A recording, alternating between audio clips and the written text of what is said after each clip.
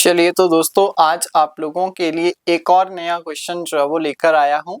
तो देखते हैं कि क्वेश्चन क्या है और किस तरह से जो है वो इसको क्या करना है, सॉल्व करना है। तो आइए क्वेश्चन को रीड करते हैं। क्या बोलता है, the cost of 5 bats and 18 balls are given 6500 rupees and the cost of 2 bat and 20 ball are 4200. What are the cost of 1 bat and 1 ball respectively? तो क्या कहता है, 5 बल्लों और 18 गेंदों की जो कीमत है वो 6500 है। 2 बल्लों और 20 गेंदों की जो कीमत है वो दे रखी है 4200। तो क्या कहता है, एक बल्ला और एक गेंद की जो है वो कीमत आपने बतानी है क्रमशः जो है वो कितनी होगी। तो कुछ नहीं करेंगे हम लोग, सबसे पहले क्या करना है, देखो आपने मानना है कि जो x है आपके पास, बैट की कीमत मान ली x और y मान ली मैंने बॉल की कीमत। अब दो तरह की इक्वेशन दे रखी है। क्या दे रखी है, 5x याद रखना है प्लस आपका 18 जो आपके पास वॉल्स है दैट इज इक्वल टू 6500 दे रखा है, और दूसरा मान लेते हैं 2x प्लस आपके पास 20 y इज इक्वल टू 4200 जो है वो दे रखा है। अब इसको मान लेते हैं इक्वेशन नंबर 1, इसको मान लेते हैं इक्वेशन नंबर 2। अगर आपको विजिबल होगा आई होप यस।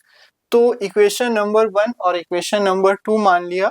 अब मुझे क्या करना है, एक आपने जो है वो एलिमिनेशन मेथड पढ़ा होगा या फिर आपने जो है वो सब्स्टिट्यूशन मेथड पढ़ा होगा। ठीक है, सब्स्टिट्यूशन मेथड जो है वो यहाँ पे अप्लाई करेंगे, बट उसके लिए मुझे क्या करना पड़ेगा, x या फिर y को जो है वो बराबर करना पड़ेगा। तो मैं क्या करता हूँ, x को बराबर कर लेता हूँ। इक्वेशन 1 को मैं क्या करता हूँ, 2 से मल्टीप्लाई करता हूँ। इक्वेशन 2 को जो है वो 5 से मल्टीप्लाई करता हूँ। ठीक है, तो मेरे पास क्या आएगा, देखो 5 टू द 10 हो जाएगा, 10x हो जाएगा, और 18 दूने 36 y हो जाएगा, और 65 टू द आपके पास आ जाएगा 13,000, इतना ही आएगा। 6 दूनी 12 और 13, यह आ जाएगा आपके पास 13,000। दूसरी तरफ अगर हम 5 से मल्टीप्लाई करेंगे तो यह आ जाएगा 10x, फिर आपके पास जो है वो 5 टू द 10 110y इतना आएगा, या फिर 20 पंजे 100, 100y इज इक्वल टू 4200 को जब हम 5 से मल्टीप्लाई करते हैं तो हमारे पास बनेगा 21,000। कितना आएगा, 21,000 के बराबर जो है वो आएगा।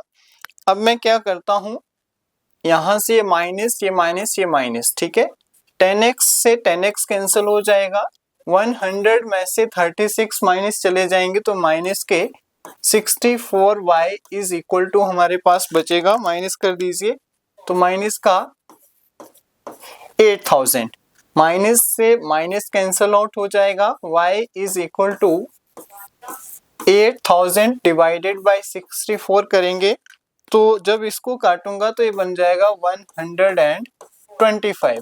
तो y की वैल्यू हमारे पास आ गई 125। और अब हमें इस y की वैल्यू पुट द वैल्यू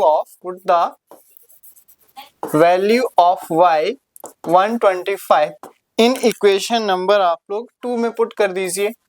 तो इक्वेशन नंबर 2 हमारी वहां से थी 2 इंटू एक्स प्लस आपके पास है 20 into 125 that is equal to था 4200।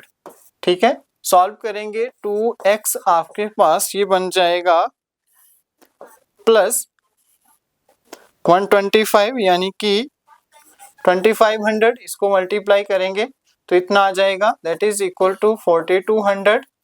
2x is equal to 4200 minus आ जाएगा 2500, तो 2x इज इक्वल टू बच जाएगा हमारे पास 1700, और डिवाइडेड बाई 2 कर दीजिए तो ये आ जाएगा 850। ठीक है, 850 के बराबर जो है वो आ जाएगा। तो यहाँ से x आ गया 850 आपको विजिबल होगा, और y आ गया हमारे पास कितना 125। अब देखो इस क्वेश्चन में हमने क्या किया क्या नहीं किया, तो सबसे पहले जो दो इक्वेशन दी थी हमने x मान लिया एक को जो है वो y मान लिया, ठीक है।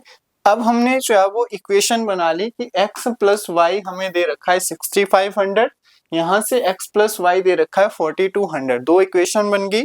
वहां से x या फिर y को हमें क्या करना था, एक तरह से एलिमिनेट करना था। एलिमिनेट करने के लिए x या y दोनों में से एक को इक्वल करना था, तो हमने इक्वल करने के लिए मल्टीप्लाई कर दिया। मल्टीप्लाई करने के बाद हमारे पास ये वाला आ गया। ये वाला आने के बाद फाइनली हमारा जो है वो y की वैल्यू आई। y की वैल्यू को हमने x के इक्वेशन नंबर 2 में पुट कर दिया और फाइनल हमारा x भी निकल कर आ गया। तो दोनों चीजें हमने फाइंड आउट करनी थी और यही जो है वो हमारे से पूछा गया था। तो इस तरह के अगर क्वेश्चन आते हैं तो आपने जो है वो इस तरीके से जो है वो इनको क्या करना है, सॉल्व करना है। अगर आपको वीडियो अच्छी लगती है तो जरूर अपने दोस्तों के साथ शेयर करें और इसी तरह की और वीडियोस के लिए जो है वो आप हमारे चैनल को जो है वो जरूर सब्सक्राइब कर लें। Thank you so much.